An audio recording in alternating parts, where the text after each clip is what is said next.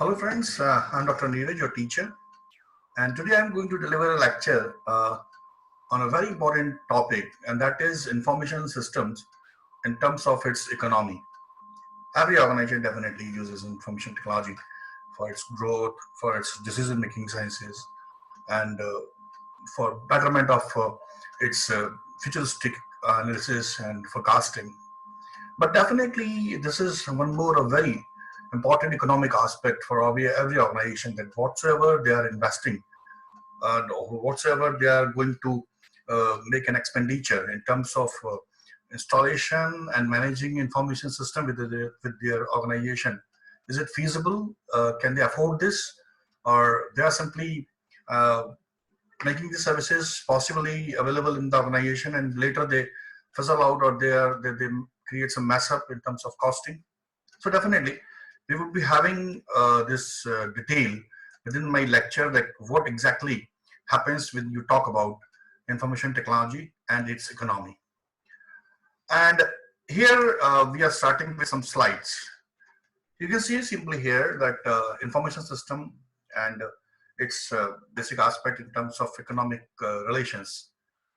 In this lecture, if I have tried, like, should a compute company or should an organization basically go for this option? Uh, Possibly yes, or possibly no. Look, there are a few aspects. We cannot simply deny that it's economic aspect or it's a very costly aspect we should not do. But when an organization runs around for 10 to 15 years or 5 to 10 years, I must say, they they they capture a situation, or they capture status when they can think about investing their money in terms of making available the IT resources within the organization. How do they do this possible? How do they make it available for their employees? And how does this turns into a kind of a parameter for their capital budgeting? As you can simply see here, we will be first talking about the part which is more important, that is cost and the uh, benefits from information system. The cost, the very first thing is how much you make expenditure in terms of making your organization available with the information system, and what may be the benefits after that, later when you analyze that after a year or half a year or quarter of the year. Then simply we will be studying the financial assessment of that information system. Financial assessment means the return of investment, the benefits gained through that. Then combined assessment of information system. The combined means the financial plus the IT resources which are available. Are they working together? Are they bridging the gap in between, or they're working separately? Then last one is the software and hardware acquisition. What may be the best part? Should we develop our own infrastructure? Should we develop our own hardware and software platforms? We must buy it, or we should rent it from outside. That may be also a feasible answer if you're not going to invest a huge amount over this information system infrastructure in your organization. Next thing comes is the economic aspect.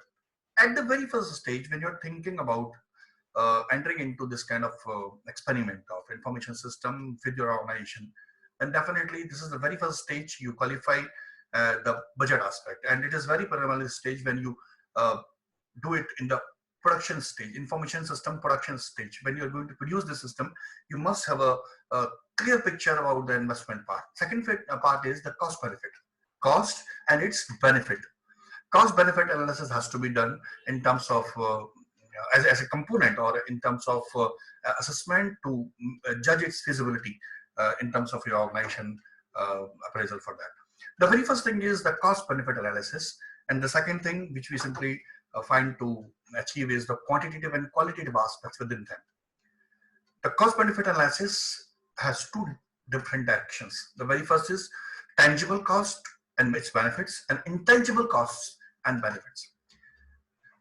In this lecture, we will be definitely highlighting the issues related to the tangible cost involvement and tangible benefits, intangible costs involved and intangible benefits.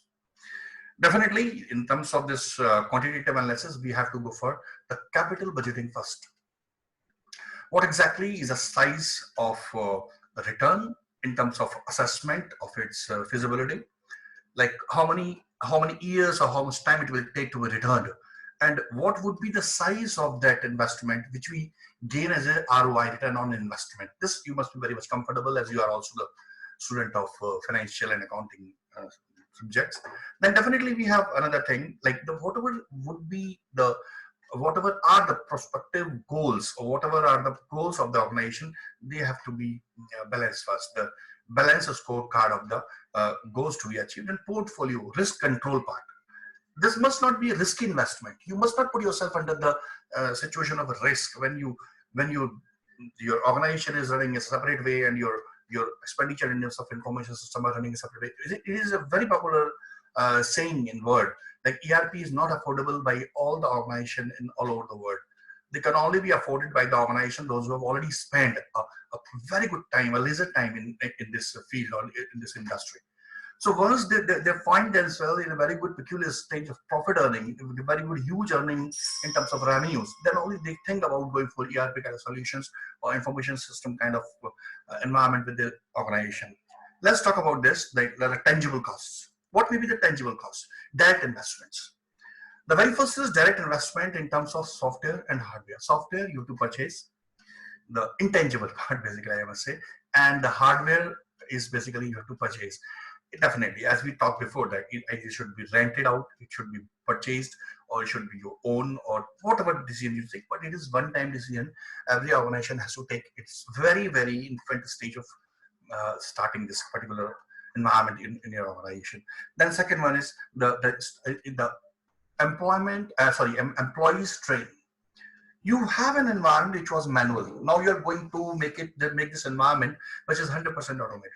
So definitely you have to train your human resources. You have to train your force into that particular environment, which makes it possible to run those equipments, to run those softwares, to run that particular organization. So definitely the training part. You have to outsource the people. You have to outsource the agencies, those who train the people on that particular platform, which matches with the industry, which matches with the industry requirement, and which matches with your profile. So definitely this is the second tangible cost which you have to bear with. Next one is the total cost of ownership. Total cost of ownership involves what? The software cost, the hardware cost, the training cost of the employees, and one more thing that is there, the operating cost of information system. This is recurring. This cost remains recurring expenditure on all software licenses, labor cost of staff, IT staff you have to procure or hire, or to maintain, or information system maintenance. This is one more cost which is recurring, which is coming every month, every week, every day, I must say. Overhead expenses, overhead facilities, expenses of communications carried out by the computer networking, parking itself, right? Then we move ahead. This is a loss of money. Yes, sometimes this happens.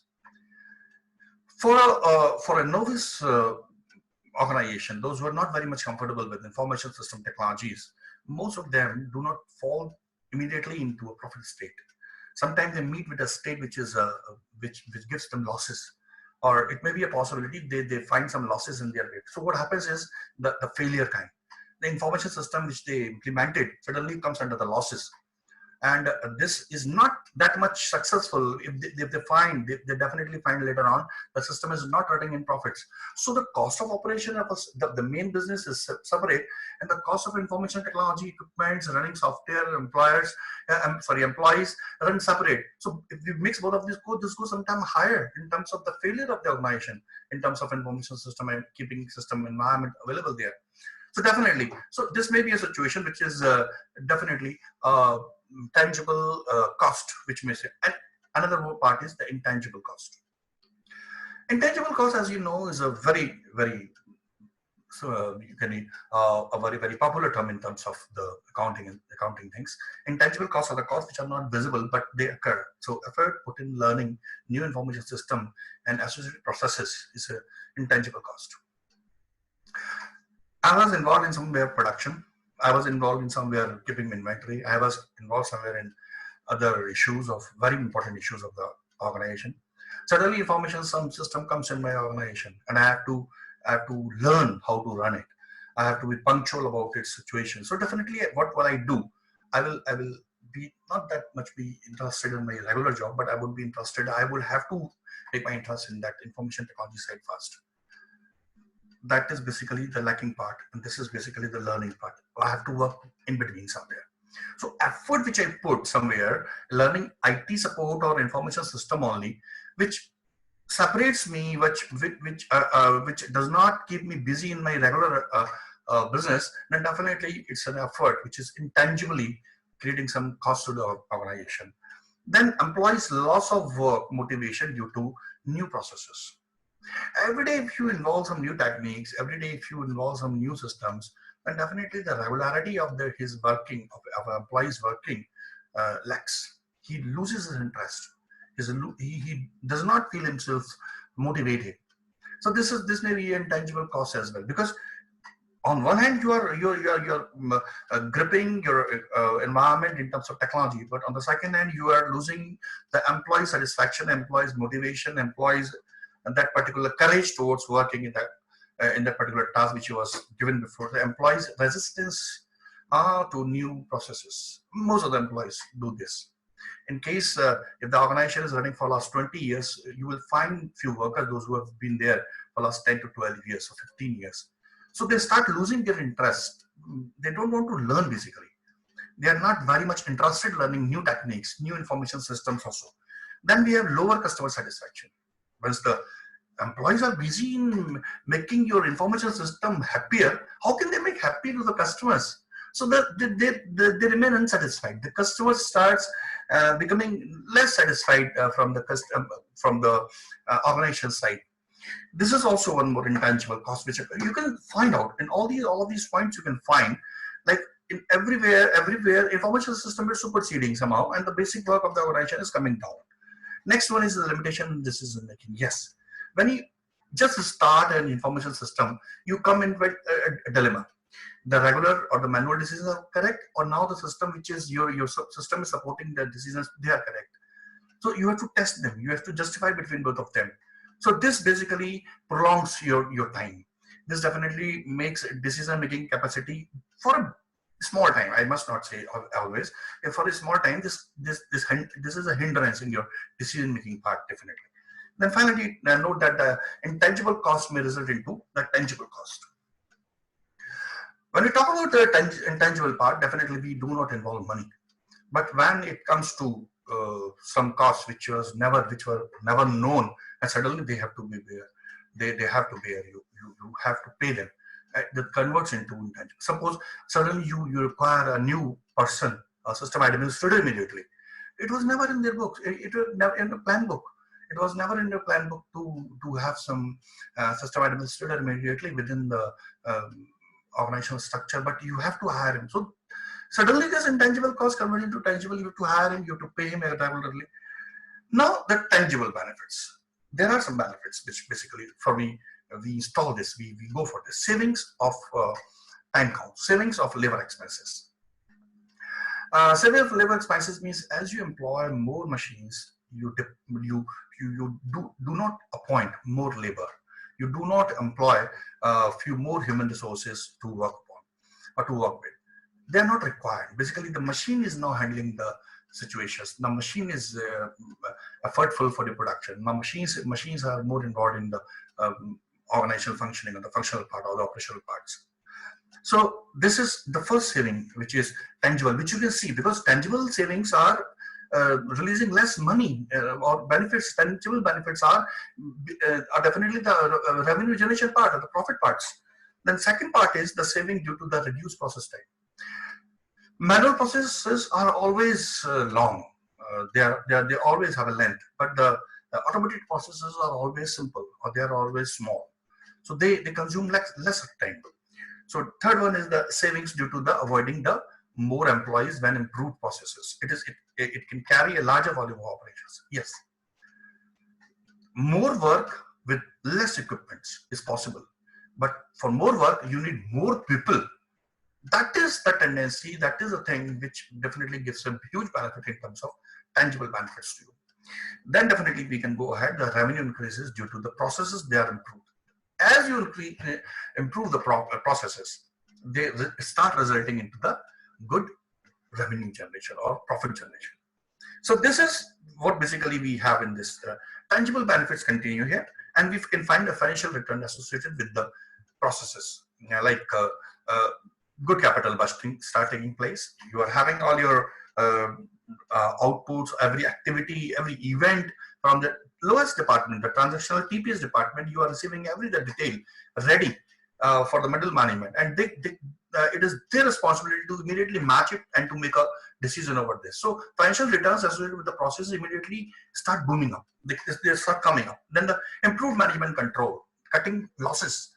You stop gaining losses now. But this always starts later, not immediately. First, you start occurring some losses, I must say.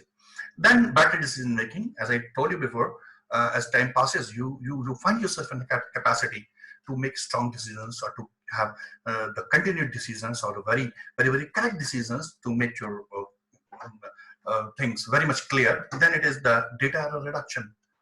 Data is being processed by the machine, not by human being. So the chance of error is zero. Chances of error are zero. You can always be updated with your current database with 100% accuracy. That when 100% accurate decisions are there, then definite databases are there, the 100% decisions will take place. There is no chance of having any kind of losses due to the lack of wrong record, or due to anything else. Then finally, we have intangible benefits, customers value that does not translate direct into the material for a company. Customer is outsider or insider, whosoever it is, but definitely now they are satisfied in terms of quality. They are now satisfied in terms of performance of the services, after sales services, in terms of brand management. Every that thing, whichever is being controlled by the machine, is making satisfy your customer. Then further, we have the better control and decision making. Your decisions are on the basis of a think tank, on the basis of artificial intelligence, on the basis of the think tanks. They are supporting you in somewhere in backend, which does not translate readily into earning terms. They are not immediately converts into the revenue. We don't know, but definitely it's an intangible benefit.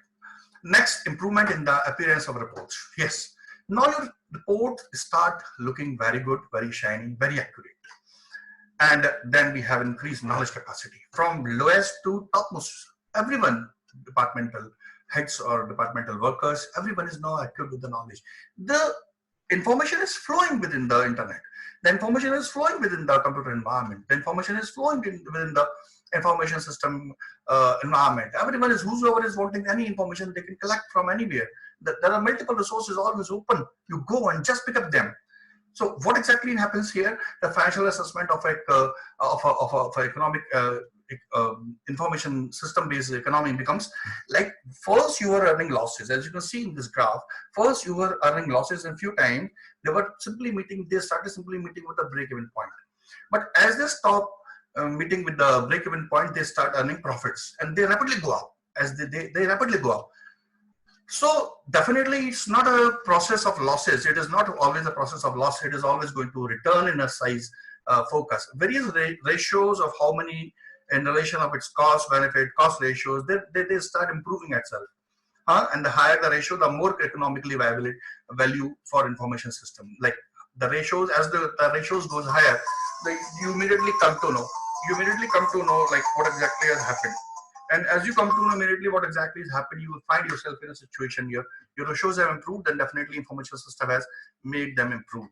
And present value of money used, definitely this present value is always that value which is a bigger return than the future value. So you can have this always in your platform or in the criteria that information system made expenses are never the losses. You can always go with the information system economic side, and you can always have a feasible information system environment within your organization. So this is for the day today. Take care. Bye-bye.